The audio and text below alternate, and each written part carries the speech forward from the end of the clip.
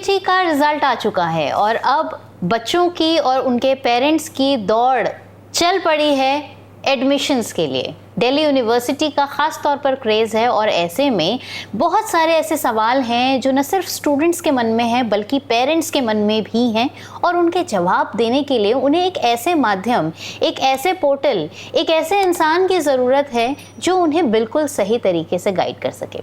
आज के इस वीडियो में हम आपके ऐसे ही कई सारे सवाल जो कहीं ना कहीं से उठ के आते हैं, कुछ सवाल बच्चे पूछते हैं, कुछ पेरेंट्स पूछते हैं और कई बार सवाल टीचर्स भी पूछ रहे होते हैं जो 12th तक बच्चों को पढ़ा रहे हैं, क्योंकि जब स्टूडेंट्स को सवालों के जवाब चाहिए होते हैं और वो उस ट्रांजिशन के दौर में होता है जहां वो स्कूल से कॉलेज की तरफ जा रहा है, तो वहां पर वो सबसे पहले अपने टीचर से ही पूछता है और कई बार स्कूल टीचर्स के पास भी इन सवालों के जवाब नहीं होते।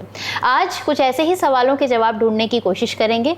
हमारे साथ हैं शहीद भगत सिंह कॉलेज से प्रोफेसर नमन जैन, जो कि कॉलेज एडमिशन कमेटी के इंचार्ज हैं और आज बहुत सारे ऐसे ही सवालों के जवाब देने के लिए हमारे साथ इस वीडियो में मौजूद हैं। सर, बहुत बहुत स्वागत है आपका कार्यक्रम में।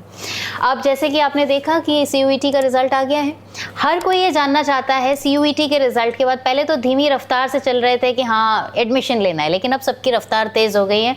तो जानना चाहेंगे सबसे पहला सवाल आपसे कि ये एडमिशन प्रोसेस होता कैसे है, दिल्ली यूनिवर्सिटी में चलता कैसे है? पहले तो सभी को नमस्कार। मैं आपके माध्यम से आपके सभी दर्शकों को नमस्कार करता हूँ। वैसे इस साल हम पिछले साल के मुकाबले यूनिवर्सिटी ऑफ दिल्ली बी दैट एनटीए काफ़ी स्पीड अप प्रोसेस कर रही है। अभी हाल ही में सीयूटी का रिज़ल्ट आ गया है, हम सब ने देखा है। बहुत एक्सपेक्टेड डेट से पहले आ गया है और सीयूटी के रिज़ल्ट आने के तुरंत बाद डीयू ने अपना जो सीसेस पोर्टल होता है उसको भी एक्टिव कर दिया है, कॉमन सीट एलोकेशन सिस्टम, जिसके माध्यम से एडमिशन्स होंगे। तो उसका फेज़ 1 फ्राइडे 26 जून से स्टार्ट हो गया है। CSS common seat allocation system क्या है कि बच्चे को सीयूटी का रिजल्ट मिलने के बाद जो उसका नॉर्मलाइज स्कोर है उस स्कोर के माध्यम से उसको एडमिशन मिलेगा। पर्टिकुलरली उसकी प्रेफरेंस, उसके कोर्स प्रेफरेंस, उसकी कॉलेज प्रेफरेंस, उसका स्कोर, बाकी कॉलेजेस, बाकी बच्चे क्या प्रेफरेंस भरते हैं, इनके आधार पर उसका एडमिशन मिलेगा। तो सबसे पहले सीसेस का भी फेज़ 1 बिगिन हो गया है। सीसेस फेज़ 1 में बच्चों को अपनी बेसिक डिटेल्स फिल करनी है, एनटीए का स्कोर फिल करना है, सीयूटी का स्कोर फिल करना है एंड उसके जो बाकी डॉक्यूमेंट्स हैं उनको फिल करना है। इसके बाद कुछ दिनों बाद फेज़ 2 स्टार्ट हो जाएगा। फेज़ 2 के अंदर उसको प्रेफरेंसेस देनी होंगी अपनी कोर्सेज की, कॉलेजेस की, कि मैं इस कोर्स को करना चाहता हूँ, इस कॉलेज से करना चाहता हूँ। तो जितनी भी मल्टीपल प्रेफरेंसेस वो देगा उसके आधार पर फेज़ 3 में उसको सीट एलोकेट हो जाएंगी। ये आमतौर पर प्रोसेस रहेगा। तो जानना चाहेंगे कि इसमें दिल्ली यूनिवर्सिटी और वेरियस कॉलेजेस जो दिल्ली यूनिवर्सिटी के हैं उनका क्या रोल है? देखिए, यूजी के अंदर ड्यू के लगभग 70 कॉलेजेस ऐसे हैं, टू वेरी प्रिसाइज 67 कॉलेजेस ऐसे हैं जो एडमिशन देंगे।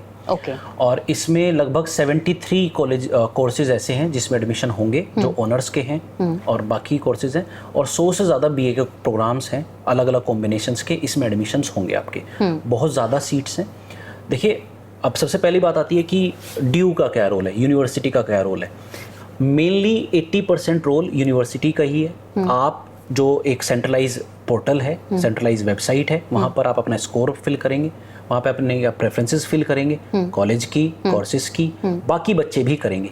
उस आधार पर, आपके प्रेफरेंसेस के आधार पर, आपके स्कोर के आधार पर आपको बड़े ही ट्रांसपेरेंट मैनर में आपको सीट एलोकेट होगी, आपको कॉलेज एलोकेट होगा बेस्ट पॉसिबल, जो आपके लिए सबसे ज़्यादा सुटेबल है। ठीक है। उसके बाद जब आपको सीट एलोकेट हो जाएगी, कोर्स एलोकेट हो जाएगा, कॉलेज एलोकेट हो जाएगा, वहाँ से प्रोसेस शुरू होगा कॉलेज का। कॉलेज को सीट मतलब हम लोगों को ये मिलता है कि ये बच्चे ने आपका या ये बच्चा आपके पर्टिकुलर कॉलेज में एलोकेट हुआ है। वहाँ से हमारा प्रोसेस शुरुआत हो जाती है। हम उस बच्चे की मैपिंग चेक करते हैं, सब्जेक्ट मैपिंग चेक करते हैं कि जो उसने क्लास 12th में सब्जेक्ट्स पढ़े थे, जो उसने सीयूटी दिया है, वो मैच कर रहे हैं या नहीं कर रहे हैं। हम उसके सर्टिफिकेट्स मैच करते हैं, जो भी उसके डॉक्यूमेंट्स हैं उनको वेरीफाई करते हैं, ऑनलाइन वेरीफाई करते हैं कि वो ठीक है या नहीं है। वो यूनिवर्सिटी नहीं करती है, वो कॉलेज लेवल पे होगी। अच्छा, ओके। फिर वो फीस सबमिट करे, उसके हम वेरीफाई करेंगे।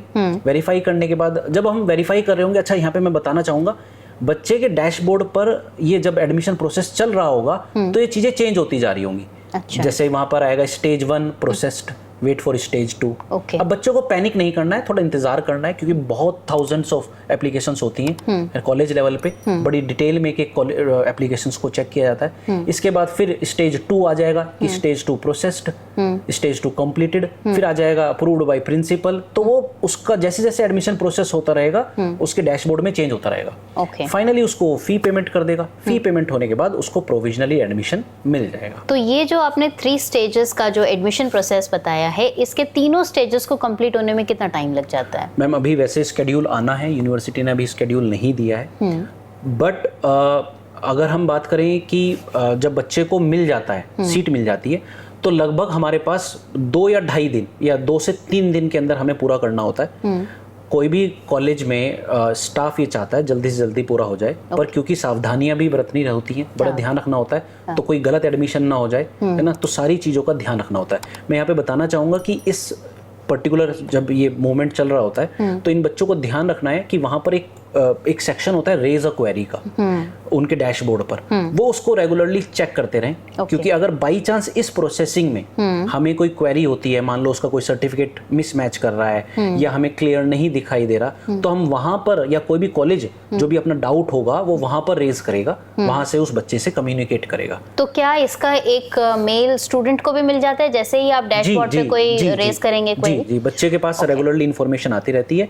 और फिर भी मैं ये कहूंगा कि बच्चे को, क्योंकि उसका एक एडमिशन होना है, अगले 3 साल 4 साल उसके तय होने, वो ये रेगुलरली चेक करता रहे। और मैं यहाँ पर ये भी कहना चाहूंगा कि जब वो ये अपना फॉर्म फिल कर रहा है तो वो अपनी मल्टीपल मेल आईडीज और कॉन्टेक्ट नंबर दे दे जो चल रहे हो, वर्किंग हो। बाई चांस, वैसे कॉलेज के ऊपर डिपेंड करता है, मेनली हम रेज अ क्वेरी वाले ब्लॉक में जाएंगे, लेकिन फिर भी वो ये ध्यान रखे कि ऐसे नंबर दे जिसको पिक कर सके, है ना, तो इन चीजों को ध्यान रखें। कम्युनिकेशन गैप नहीं होना चाहिए। बिल्कुल। अब जैसे आपने कहा कि 3 स्टेजेस का ये एडमिशन का पूरा प्रोसेस है, जिसमें सेकंड स्टेज जो है वो बहुत इंपॉर्टेंट है। आपने जैसे कहा कि जो बेस्ट पॉसिबिलिटी है उसके अकॉर्डिंगली कॉलेज एलोकेट किया जाता है, लेकिन वो बेस्ट पॉसिबिलिटी स्टूडेंट कैसे जनरेट करवाए, इसके लिए आप क्या टिप्स देंगे? देखिए, एक तो उस बच्चे का सबसे पहले CUT स्कोर है। CUT स्कोर उसको पता है, आजकल बच्चों को नॉर्मली आइडिया है कि वो उस स्कोर के बेस पे उसको लगभग वो किस ब्रैकेट में जा रहा है, किस टाइप के उसको कॉलेजेस मिल सकते हैं।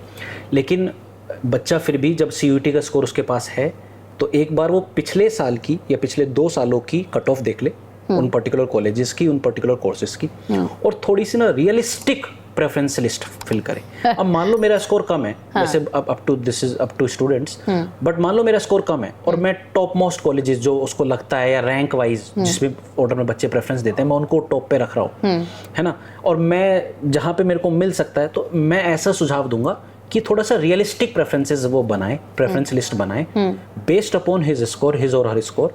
अपना पास्ट एक्सपीरियंस देख ले, उस कॉलेज की पास्ट वो देख ले। अब एडमिशन किस कॉलेज में मिलेगा ये बहुत सारे फैक्टर्स पे डिपेंड करता है, उसका स्कोर, उसका प्रेफरेंस का ऑर्डर, कोर्स की प्रेफरेंस का ऑर्डर, कॉलेज की प्रेफरेंस का ऑर्डर, प्लस बाकी बच्चे उस पर्टिकुलर कोर्स में उस पर्टिकुलर कॉलेज के को किस ऑर्डर में रख रहे हैं। इन सब फैक्टर्स के आधार पर उसको, या वो रिजर्व कैटेगरी में है या नहीं है, वहाँ नंबर ऑफ सीट्स, कंपटीशन कितना है, इन सभी फैक्टर्स के बेस पर उसको बेस्ट पॉसिबल, पर इस बात का विश्वास रखें, भरोसा रखें, जो यूनिवर्सिटी पोर्टल है वो उसको बेस्ट पॉसिबल सीट देता है। ओके अच्छा, रफली अगर किसी स्टूडेंट का स्कोर 500 से 600 के बीच में, क्या उसके लिए दिल्ली यूनिवर्सिटी में कोई स्कोप है या बिल्कुल ही भूल जाए? मैम बिल्कुल स्कोप है। अब वो अगेन डिपेंड करता है कि वो किस कोर्स में जाना चाह रहा है ना, या वो पर्टिकुलर किस कैटेगरी से बिलोंग करता है ना। बहुत सारे फैक्टर्स मैटर करेंगे, बहुत एम्पल नंबर ऑफ सीट्स हैं, मिड एंट्री भी होती है, स्पॉट एडमिशंस भी होते हैं, है ना। पेशेंस रखे, किसी चक्कर में ना पड़े, ये मत सोचे कि मैं किसी एजेंट, अच्छा कई बार ऐसा होता है वो किसी एजेंट के थ्रू चले जाते हैं, ऐसा कुछ नहीं होता है। ड्यू में बड़ा ट्रांसपेरेंट सिस्टम है, तो और बाद में भी आप क्रॉस चेक कर सकते हैं, आपके एक डॉक्यूमेंट वेरीफाई होंगे। ऐसा नहीं होगा किसी के कम स्कोर है उसको एडमिशन मिल जाए और आपका कम स्कोर है और आपको ना मिले, है ना। हो सकता है, डिपेंड करता है, बहुत ही कम है तो देखिए नहीं होगा। आपने कहा कि स्पॉट एंट्री का भी स्कोप है, क्या हम इसे वाइल्ड कार्ड एंट्री की तरह मान सकते हैं, किसी सीरीज के वाइल्ड कार्ड एंट्री की तरह, जिसमें आपका नहीं हुआ एडमिशन लेकिन फिर भी वेट करिए कि शायद हो जाए, किसी का कैंसिल हुआ तो आपका हो जाए, तो कब तक इंतजार करें? मैम सबसे लास्ट में होता है स्पोर्ट राउंड, और दूसरी बात है मेनली जो हॉट कोर्सेज हैं और हॉट कॉलेजेस हैं वहाँ पर चांसेस बहुत कम होते हैं, है ना। कुछ कोर्सेज ऐसे हैं जिसमें बच्चों की प्रेफरेंसेस कम होती हैं या जिसमें सीट खाली रह जाती है, हाँ। वहाँ के लिए थोड़ा सा स्कोप ज़्यादा होता है। बट जो बच्चे जो हॉट कोर्सेज है जिनको वो मानते हैं, वो बच्चे खुद जानते हैं, उसके लिए चांसेस बहुत कम रहते हैं। ओके। अब दिल्ली यूनिवर्सिटी में सिर्फ दिल्ली के बच्चे नहीं हैं, पूरे भारत से बच्चे आकर दिल्ली यूनिवर्सिटी में पढ़ाई कर रहे हैं। ऐसे में दिल्ली वालों को तो बहुत कुछ पता है, लेकिन जो अलग अलग शहरों से दिल्ली में एडमिशन के लिए आ रहे हैं वो लोग नए हैं, उनके लिए दिल्ली यूनिवर्सिटी में पढ़ना एक नया एक्सपीरियंस है। वो बहुत सारी चीज़ें ऐसी हैं जिनके बारे में नहीं जानते, और या तो किसी रिजर्व कैटेगरी या फिर किसी कोटे के तहत वो आ रहे हैं दिल्ली यूनिवर्सिटी में एडमिशन के लिए।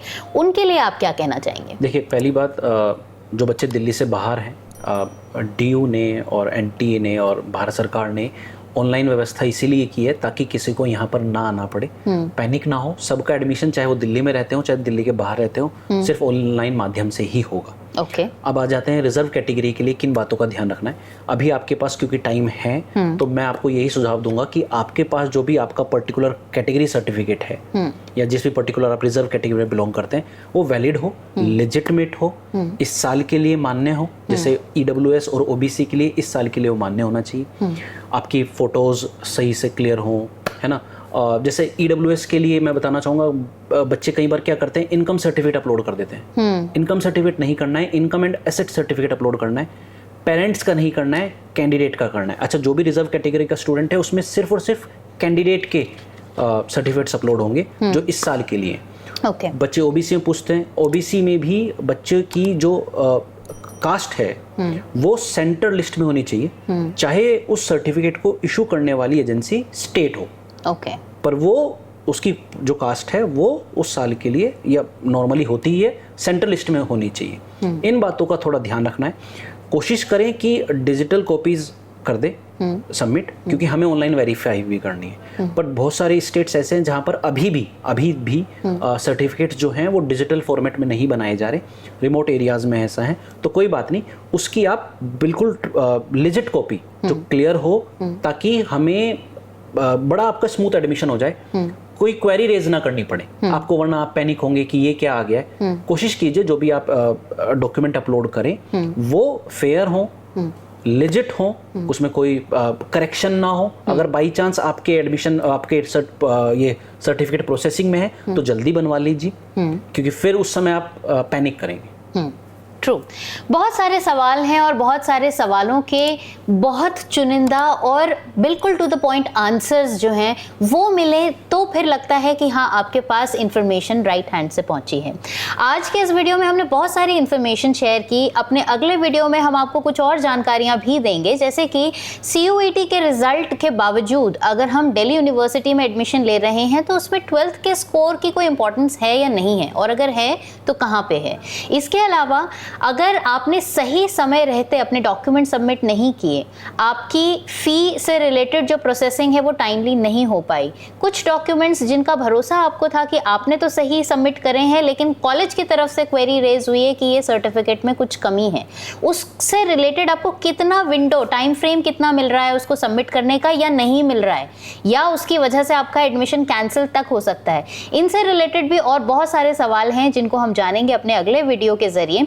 आपके पास भी कुछ सवाल हो तो आप हमें ज़रूर कमेंट बॉक्स पर लिखकर भेजिए, हम आपके सवालों का जवाब आप तक ज़रूर पहुंचाएंगे। इसी तरह से हमारे साथ बने रहिए। Thank you.